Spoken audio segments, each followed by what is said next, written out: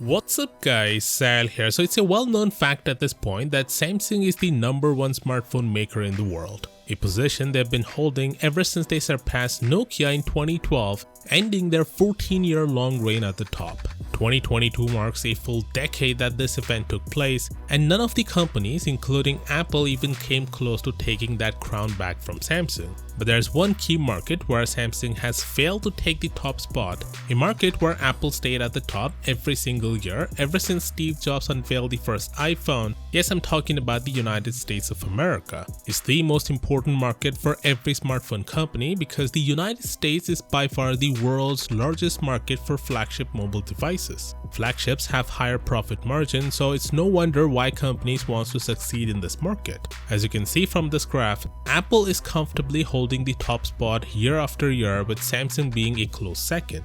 But Samsung wants to change that this year and has come up with a new strategy for increasing its phone sales in North America and catching up with Apple. The Korea Herald reports that 40 Samsung executives met in Las Vegas ahead of CES 2022 to discuss this year's smartphone strategy, and it's being reported that the plan has the TIGER acronym. TIGER stands for True #1 in all product categories, improve flagship market share, closing the gap between Apple, expanding their product portfolio, and aiming for a record year. Also, Samsung's mobile chief said, and I quote, "Our mobile experience vision is to shift from a smartphone vendor to an intelligent device company. We'll not be a tech brand, but a brand beloved by younger generations, providing the innovative experience." All of this sounds great, but surpassing Apple in the US is not going to be an easy task, and one of the big reasons for it is the iMessage. People rarely use iMessage in the rest of the world, but in the United States it's a deal breaker for a lot of people. Samsung says they'll appeal more to younger generations, but unless those younger generations in the US don't feel the pressure to be a part of the blue text group, it's not going to be easy for Samsung to make people switch brands.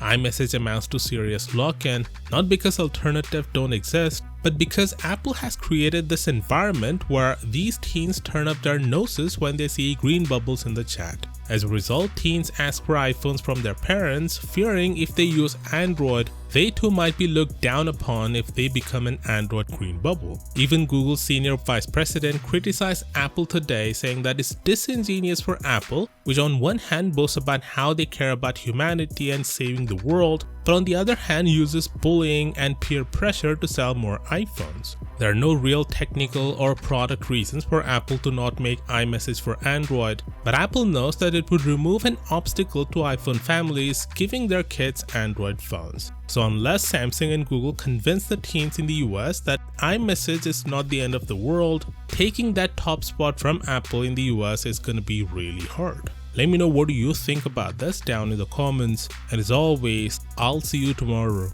Peace out.